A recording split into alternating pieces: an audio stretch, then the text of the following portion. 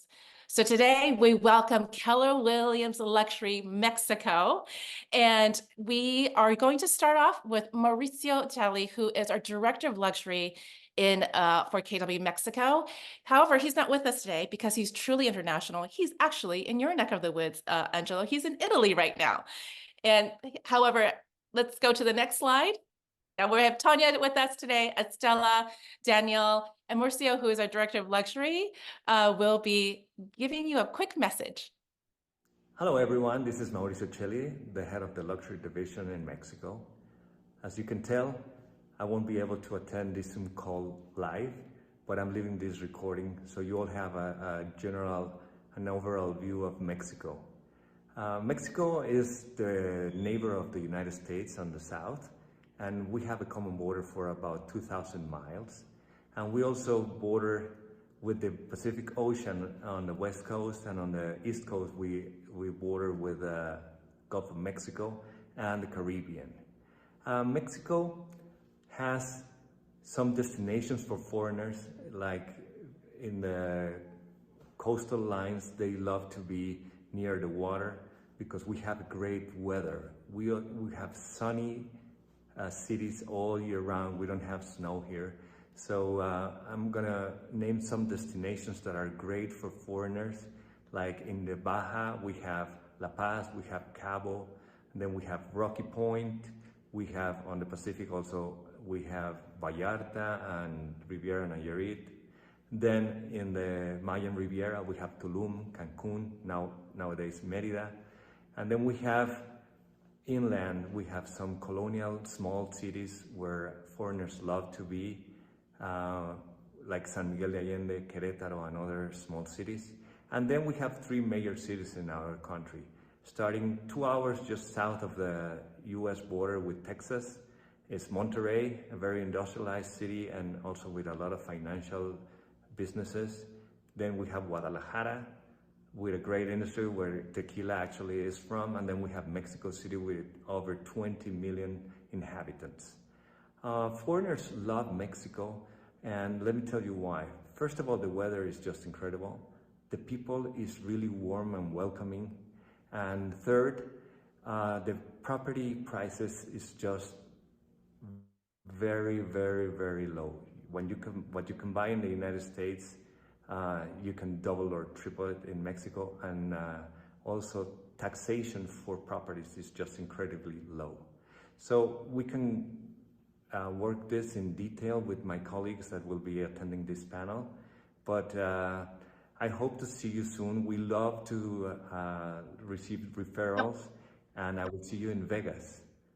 Thank you. That's our friend Mauricio. And at the end, we will put everybody's contact information. So if you have any further questions, personal questions, feel free to reach out to our experts. We have three exceptional experts today. Tanya Dorsey, who is certified specialist in tourist areas and the restricted zones. And she's in Puerto Vallarta and Riviera Nayarit. We have Daniel Robles in Los Cabos. He opened KW Cabo, and he has the honor of having the largest single sale by volume history of Keller Williams Luxury Mexico. And he will be a guest panelist on our international series, international panel in Family Union. And we have Estela Gutierrez. She serves San Miguel Allende, and she was born and raised in Los Angeles and grew up in LA and Mexico, alumni UCLA, and she was nominated the Cultural Ambassador representing Mexico. So three exceptional guests. She's also team leader at KW Allende and team leader at KW Leonor Norte. So exceptional people, a wealth of knowledge. And Tanya, I'm going to hand over the mic to you. Hello there. Thank you so much for having us. So here's a map that Mauricio left for us, showing that this is where the hotspots for foreigners that are investing in real estate and where KW has presence. So the red is where you're going to see second homes with ocean views. We also have a lot of people that live here full time. The blue areas would be retirement and colonial cities, which is where Estela is going to come in. And then the black on the map is where you're going to see industrial and financial international companies, because we do have a lot of those also. Next slide, please. So the big question that everybody wants to know, and I'm here in Puerto Vallarta, so this is going to be a little bit tailored more to where I am, is can a foreigner invest in Mexico real estate? That's what everybody wants to know. And the simple answer is absolutely yes. Foreigners can own land just like a national anywhere other than the restricted zone. There's no need to be a citizen or a resident. Now, the restricted zone is the portion which is 50 kilometers inland from the coast and 100 kilometers from the border. So you can purchase property there through a bank trust. And if you think about the idea behind it, it makes sense. I mean, California, Texas, that was Mexico. So this is done for reasons of you can't cede the property to another country, nor back, way back when this was put into the Constitution, it was for reasons of war. So yes, you can. And I always say in Mexico, instead of going to A to B, we go A, we do a little turn, and then we go to B. So that's how this is done, through a bank trust. Now, the cost for the bank to hold that trust is 550 American dollars, and that's paid every year on the date of its creation. And that never goes up.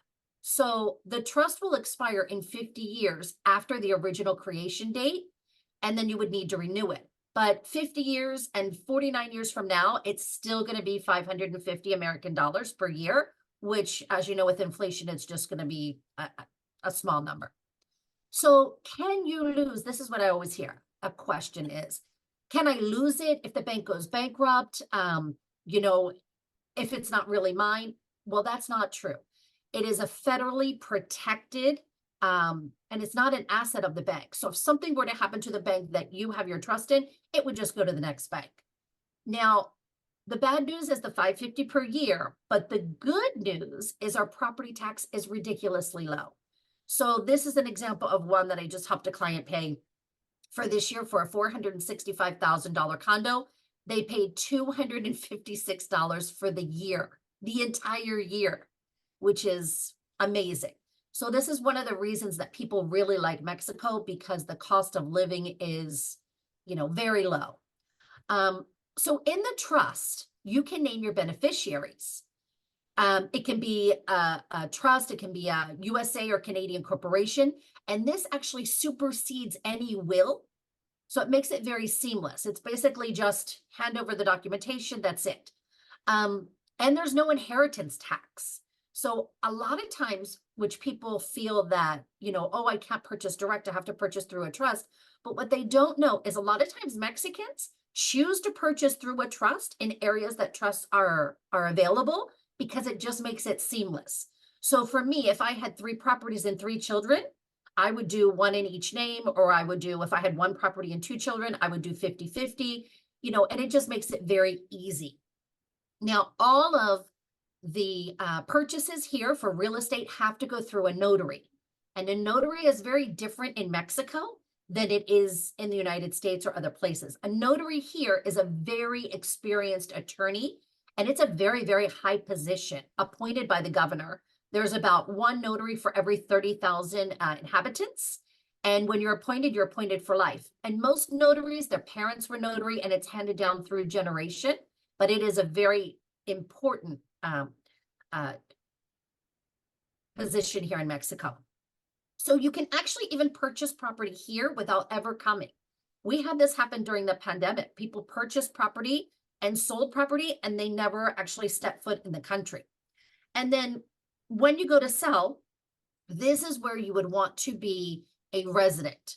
And it's not that hard to get residence. Most people, if you can afford a second residence or property in Mexico, most likely you're going to qualify for residency. And of course, we have people prefer to do that. In Mexico, we always have a guy. And so when you go to sell, if you are a resident and you have a tax ID number here, then you can deduct of capital gains about 700,000 UDIs, which is today's number. You can always look it up online, about 320,000 American dollars, but you must qualify for capital gains exceptions. And I'll go through that in a little bit. Can we have the next slide, please? Now, here's the second big question. What is the process for a foreigner to invest in Mexico real estate?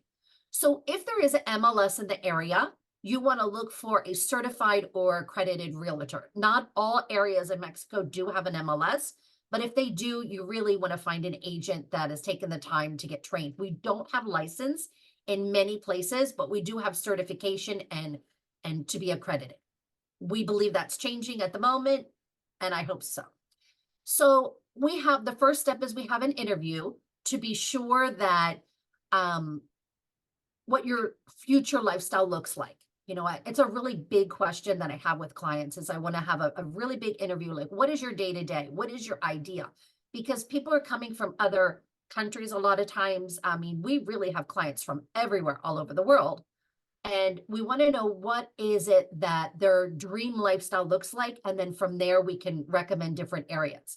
Because where I live, it's a huge bay. It's the second largest bay in the world, Bahía de Banderas. And depending on where you live in the bay, lifestyle is very different.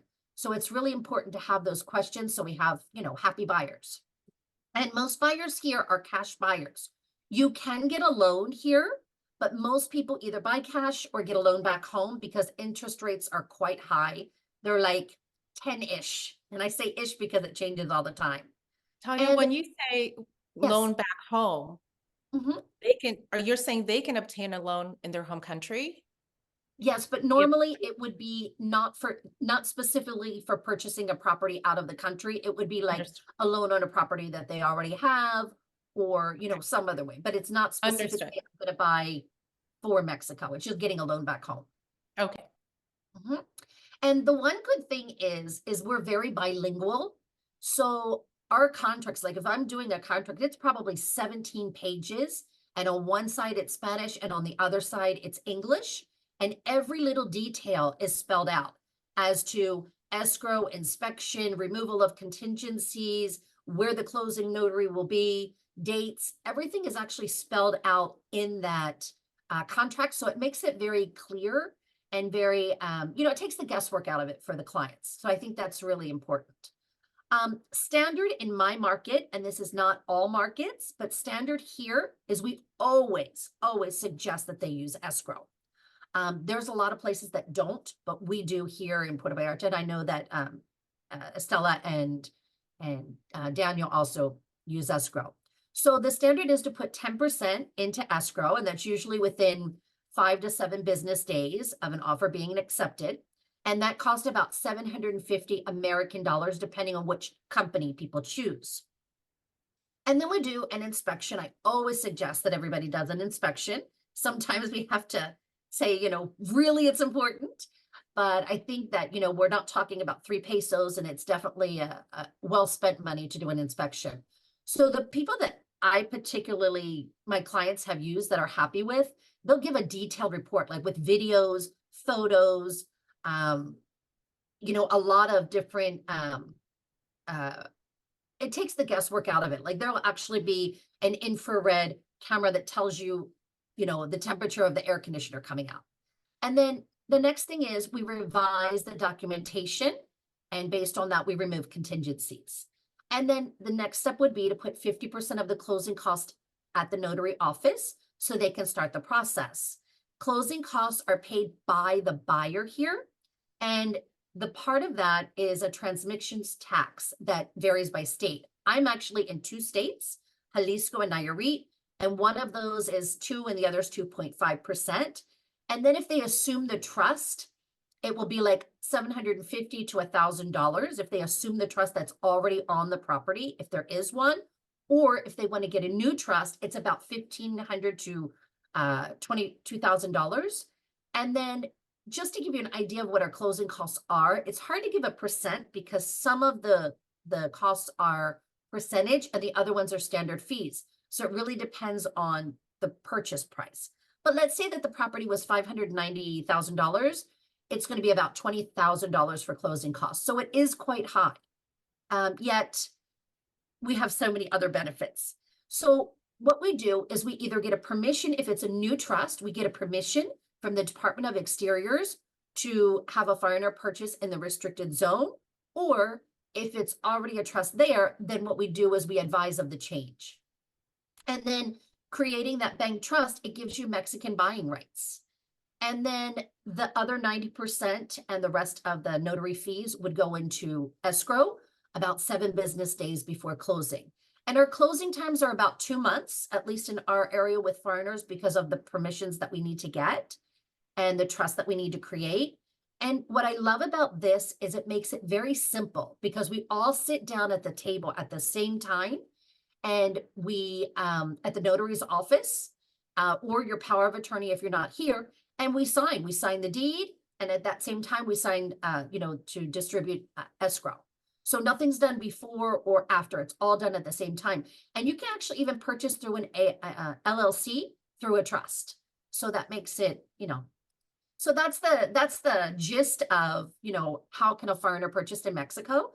And if you have any other questions, please feel free to reach out to me anytime. I'm in Puerto Vallarta, Estela in San Miguel, and Daniel in Cabo. We can all answer those questions for you.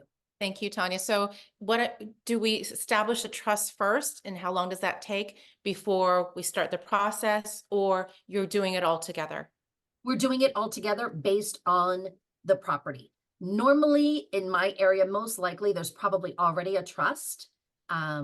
And if not, then we would just create one, but it's created specifically for that property. For the property, understood. Put more than one property on a trust, but it's not really recommended.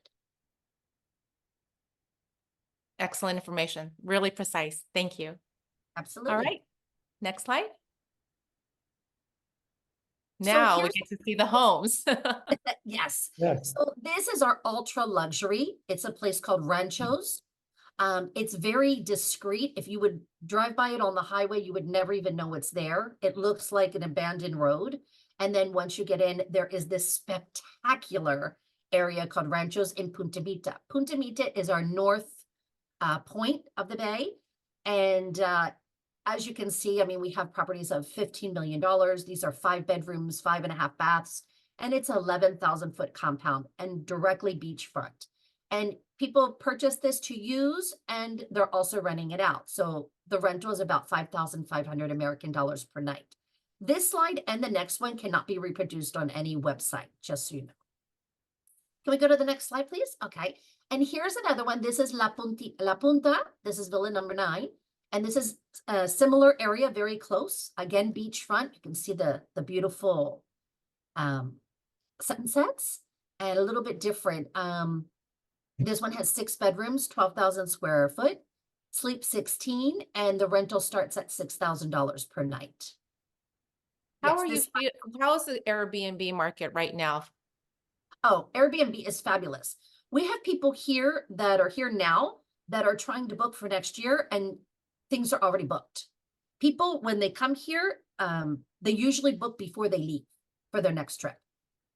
And if you don't, it's very difficult. So, I mean, these villas are, I don't think that they're price range for everyone. So I think there would be a little more availability, but people that have purchased to rent out their villas for Airbnb, I mean, I have people right now, they've been in the property for a week and they're like, we want to rent for next year. And I'm like, oh, it's already rented. Right. So it's a very good market. A lot of people choose to invest here for Airbnb. Can we have the next slide? For those who are unfamiliar with the geography of Mexico, can you just give us an idea where this is? Is it the southern? Is it west? Just tell us where this is. Can we go back to the slide where the map is? Okay, so on the left side, you'll see where it comes down. What do you call that, Daniel? Where you are? It's Cabo, but I'm not sure what you call that. A peninsula, and it's on the red. And then across, there's red down the bottom. That's Puerto Vallarta. That's Puerto Vallarta, which is in Jalisco, and Riviera Nayarit, which is in Nayarit. So we have 2 different states, and it's really in the middle of our bay that switches to 2 different states. Great. Since we're on this map, Tanya, where do you serve? Estela, where do you serve? Daniel, where do you serve? Okay, I'm Puerto Vallarta, Riviera Nayarit, which would be across from Cabo and down. You can see that there's like a little bay there, and that's where I am. Daniel and Estela? Hi, so I'm San Miguel de Allende. I'm right in the heart. We are right in the heart of Mexico. So we are about 170 miles northwest of Mexico City. So right where you see that blue dot in the center, that's where San Miguel de Allende is kind of. All right. Thank you. And Daniel? And I am here at the tip, at the southern point of the Baja California Peninsula, about 1,000 miles directly south of San Diego. At the All the way on tip the left. of Baja California, we're both on the Pacific Ocean and on the Sea of Cortez. Fantastic. Thank you. That helps us orient. So here are some quite affordable, incredible properties. We're gonna see that the one here on the left, it's called Quadrant, condo 2201. It's a 2-bedroom, 2-bath turnkey. Most places here are turnkey, which means literally down to the potato peeler and towels are included. And this is a 6-minute walk to the beach, and it's resort style living. I mean, they have a fabulous gym, they have a hammock area, they have lobby, they have a co-work center, they have a resort style pool with swim up bars and a snack bar on. They even have like a little what do you call it, like a golf cart, but it's extra long that they'll actually pick you up at your condo and take you to the pool, which is not far, but it's just a nice little service. And there's concierge service. So if you want to dinner reservations, or you want to do a tour, or swim with the dolphins, or, you know, any of those things, they'll do that for you.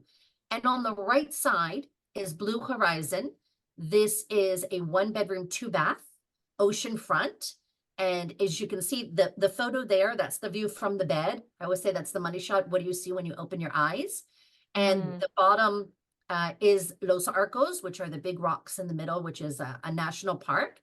And this is where people do a lot of snorkeling. And it's $599,900 for this condo, and it's impeccable. It's so beautiful. I mean, when you open the door, it feels like you're on a cruise ship. It's absolutely gorgeous. And then there's a pool down the bottom, a rooftop pool. And there are companies like this specific company will actually manage for you. And there's a lot of companies that will, like, you just say, I don't want to do anything. I just want to say I'm coming on this day and I want groceries in my place, and they'll take care of that. Of course, there's a fee, but at Blue Horizon, they actually even will take you into town 3 times a week, included in the maintenance fee.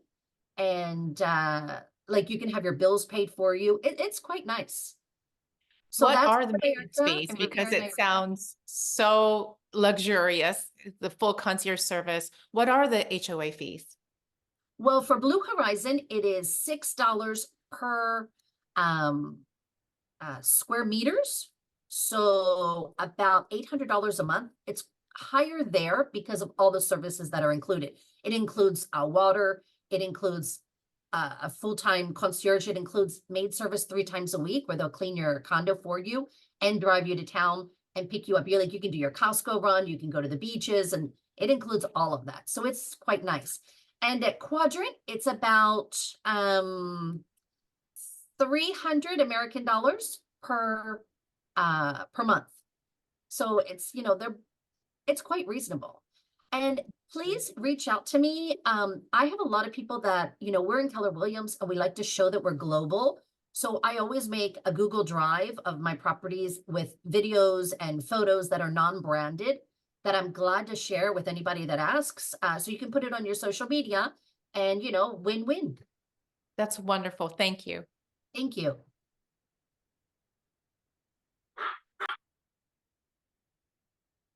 All right. Now where are we heading? Are we going to Estella?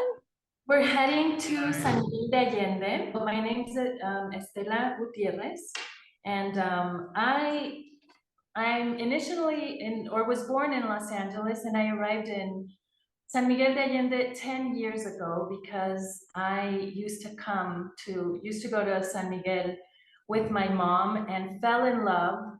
So I moved to San Miguel 10 years ago, and so now I want everyone to move here, and I help people, achieve that dream of coming to this beautiful town, which is located right in the center of Mexico.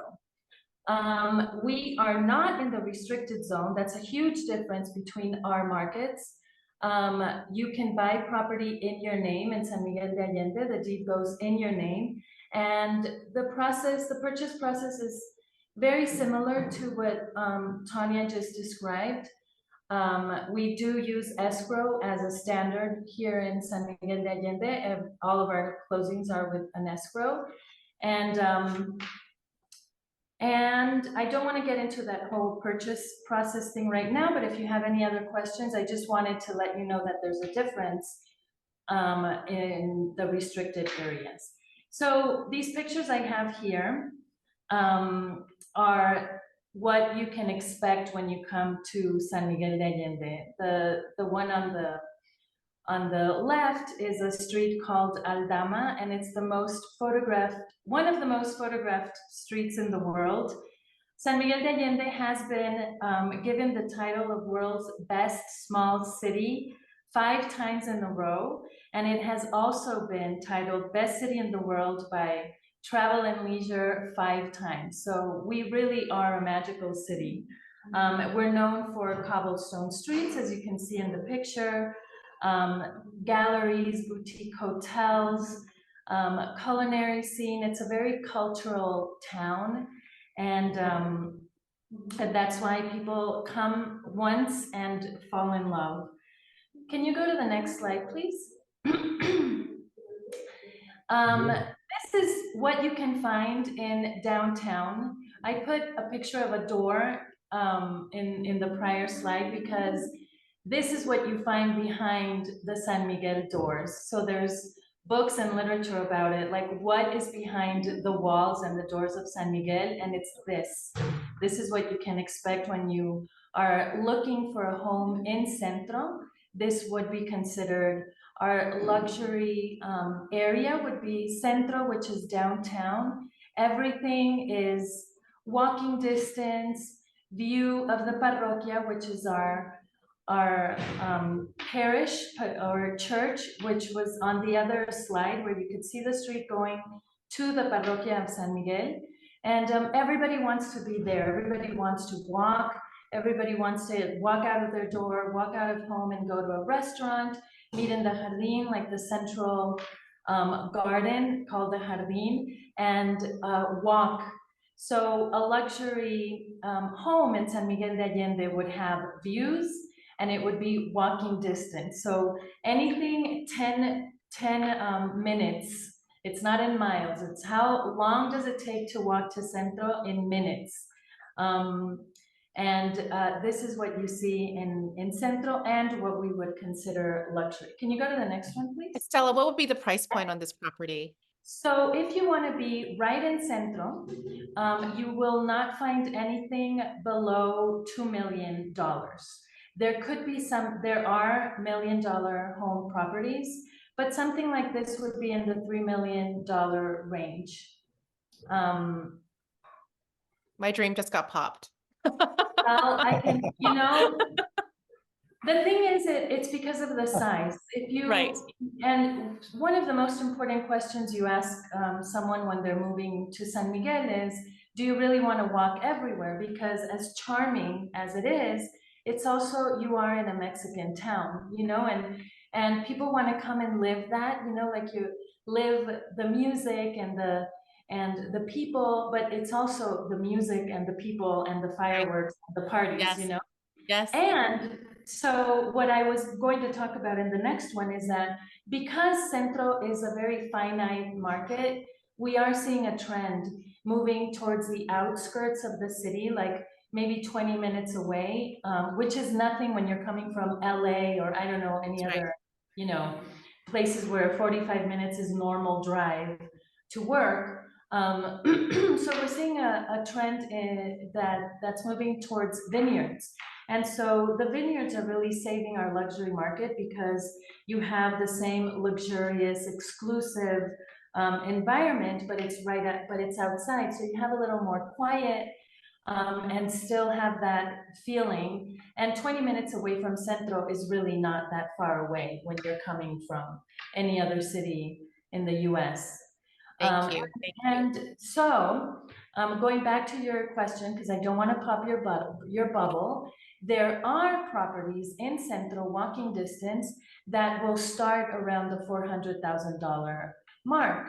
So but they're smaller. You're not gonna have the cute courtyard, you know, it's like, what do you want? You want space or do you wanna walk, you know? Right, But right. there's still, right. there's still Thank- opportunities for you, Carol.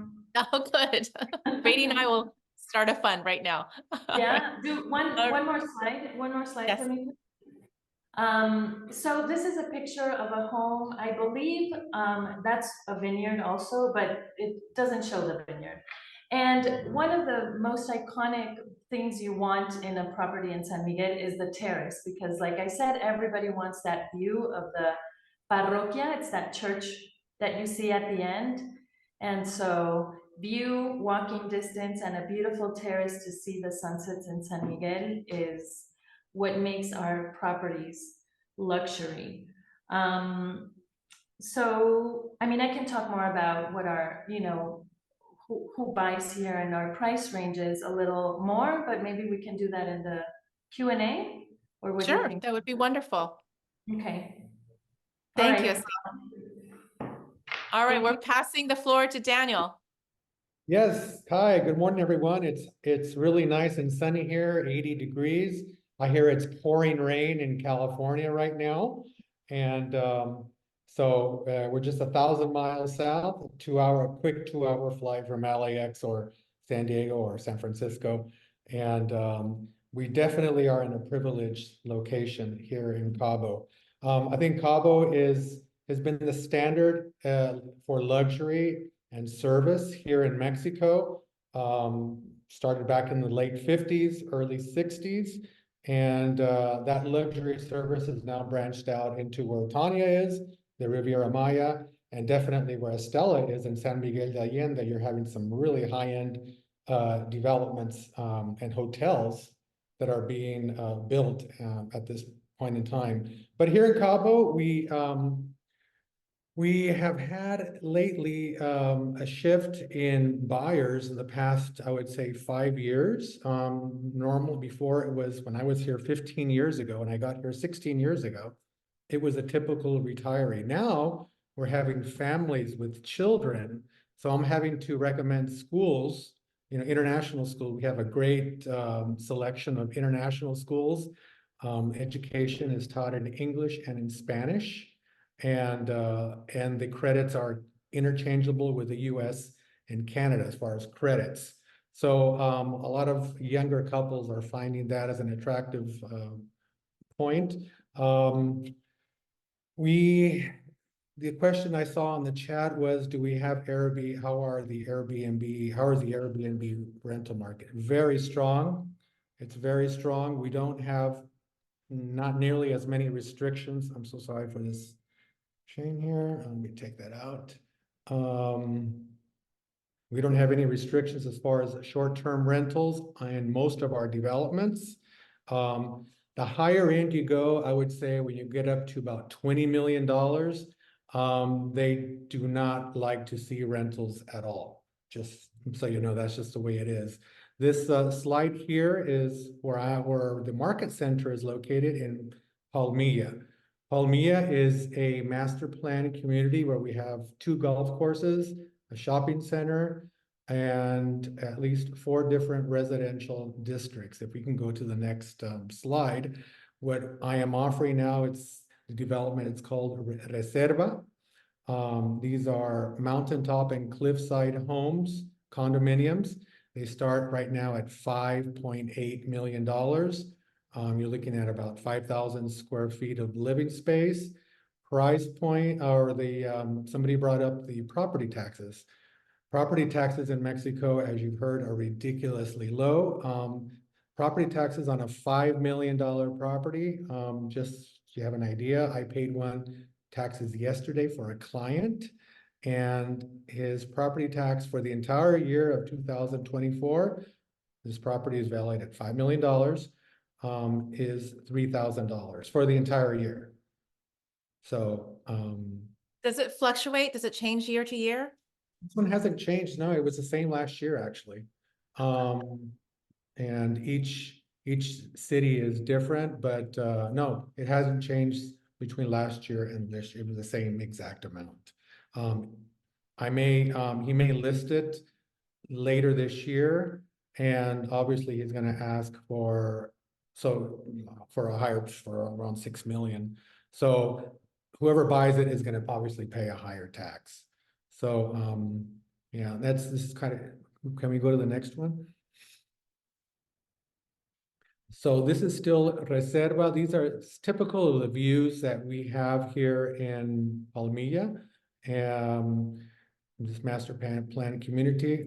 It's known for high security. We have no security issues here in Cabo.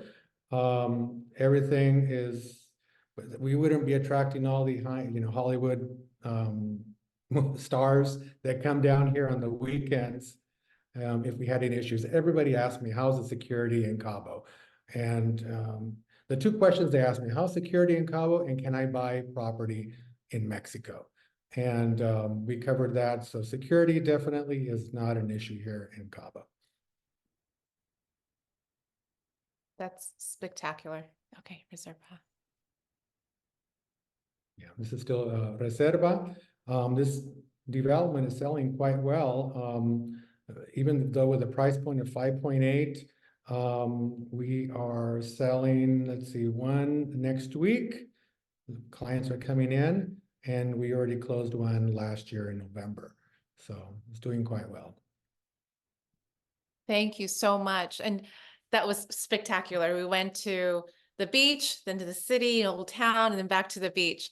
And somebody just privately messaged me saying we need a field trip to Cabo. Yes. So my question is, Daniel, you said you're now recommending schools. And the question is to all three of you, who's coming to you? So if they're recommending schools, that means they're actually moving their families to you. So are you seeing people more vacation properties, second homes, or are people moving, and where are they coming from? So most of my buyers are coming from all the way up from Vancouver, Canada, Bay Area, lots of Bay Area, lots of Napa Valley people, Central California coast, Santa Barbara, all the way down to San Diego, and then Arizona, Scottsdale, and Texas. Lots of Texans here. And they're coming for second home, vacation home, or We're they're still moving? coming for second homes, but we're seeing a lot more, I'm seeing a lot more families, elementary school age children. And so I'm having to recommend, depending on the areas they're looking at, they're checking out schools. Private That's schools. exactly what we're seeing. We are seeing people move from the United States to Italy. They're going to Portugal. They're actually there's this great kind of migration outside. So this is why Exactly. these series are so important. Tanya, what are you seeing? Well, we really have clients from everywhere. I mean, it is so unbelievable how international we are. Mostly USA and Canada, but I mean, I have from South Africa, Australia, Lithuania, Italy. We really do have clients from everywhere, and it's a great mix. I mean, in the pandemic, we saw such an influx of people that realized they can work from anywhere in the world. So just little things. And this is something that I hear all the time. People want a lifestyle of natural, like they want to be able to walk to the fresh food market and, get their fresh vegetables, things that aren't processed, the fish market, the meat market, and lifestyle butcher shops. We have that here. And there are a lot of people that are moving here as families. We have our schools. It's mostly private schools that people that are purchasing here would go to. And it's a half a day in English and a half a day in Spanish. It's like, like our children, we completely bilingual, 100%. And then apart from that, there's the American school, which is where people would want to go if they're moving here and do not speak any Spanish. That would be like the first step. And it's literally an American school, an American credited school here in Puerto Vallarta. So, but again, my kids are usually the ones that are the ambassadors for the children that are coming in that don't speak any Spanish. They assign them a buddy, and my kids have, been that pretty much every year. And it's amazing in 1 year that the children will speak Spanish. They'll be fluent in a year. Incredible. Absolutely incredible. Estella, how about you? Who's coming to you? Well, we're seeing the same trend, younger families. I moved 10 years ago, and it still seems like it was still kind of the quiet town, but with me, you know, we were all thinking the same thing, like raising kids in a quieter place, have, you know, a different style of living. And after the pandemic, we really started to see a lot more families coming in, because you can, I mean, it's so easy to come in and out of Mexico now. A 2-hour flight takes you back home, you know, or less.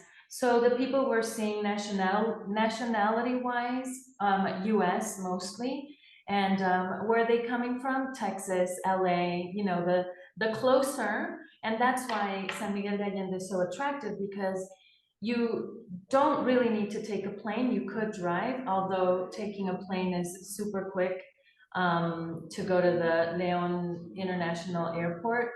It really is just a 2.5, 3-hour flight and you're in town. So we also get a lot of families that are looking for schools. And that other, and what Tanya was saying, like natural living, you know, like just walk out. That's why everybody wants to be in Centro here. Like you walk out and there's a vegetable shop and the butcher and just community. It really is just another pace. And I speak for myself. That's why I'm here in San Miguel, because I wanted to give my kids this other pace of life. You know, it was just, my joke is I didn't want them to be Britney Spears at 9, you know, so it was just, it's a completely different way of life, and it's affordable compared to some of the, you know, price ranges in LA, for example. You can Yes. get a luxury home for way less, and the services more than anything, you know, the services that you get, it's not just about the property, it's that life is less expensive. You can get help for very cheap, and Yes. that's something that you wouldn't be able to get. Thank you. Thank you. We sense that a lot of people are looking for community, especially after the pandemic. They want to be around people, slower pace of life. Suzanne, my friend from New York City. How are you, Suzanne? You have a question. Could you talk to us about just residency, the process? How hard is it to get a green card to live there and access to healthcare?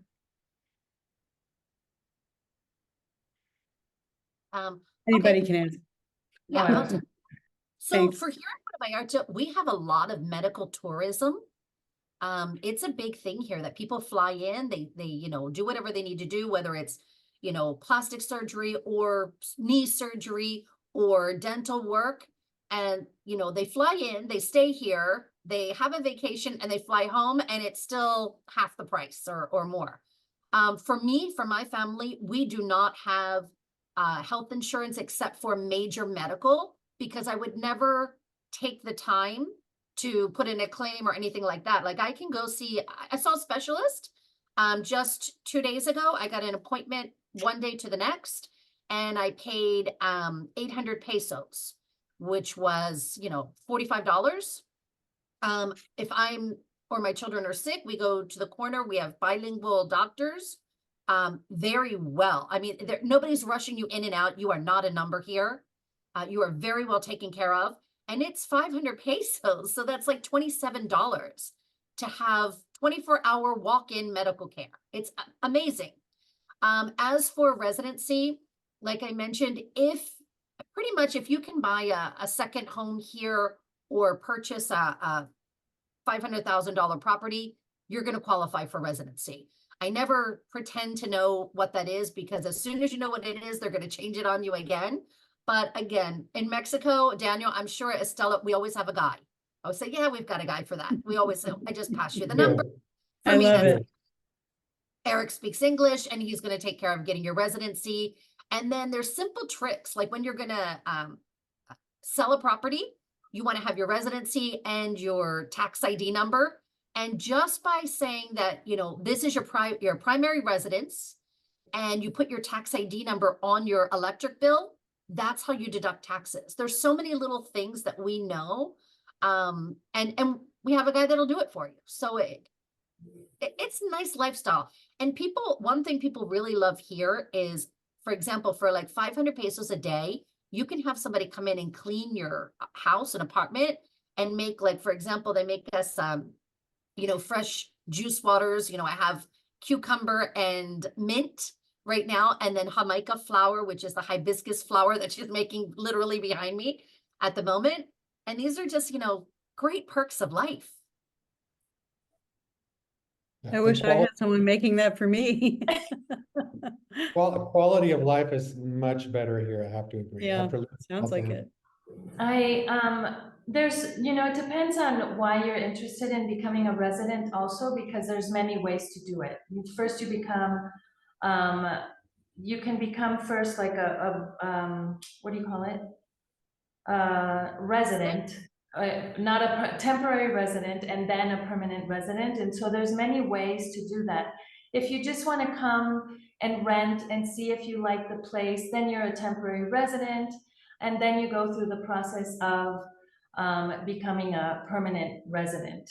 I also, because typically San Miguel de Allende was a place where people would retire. We have very high quality, what do you call it? Retirement homes.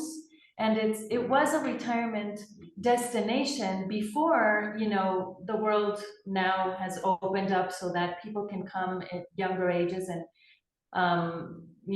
bring their families. But San Miguel de Allende really does have that retirement community and has beautiful retirement homes that are incredibly, I can tell you because my OP, my operating principal, has also a business in the retirement community, but I can tell you the difference in prices. For example, it would be almost 50% less to come and live in a beautiful retirement home than what it would be in the States, or maybe even less. We can give you that information if that's something that you're interested in. Just the quality that includes part of the why people move, the quality of life and the quality of care is a business too. Like there's that business here of that retirement community. So I would love to share that information with you as well. And it's not difficult to become a resident.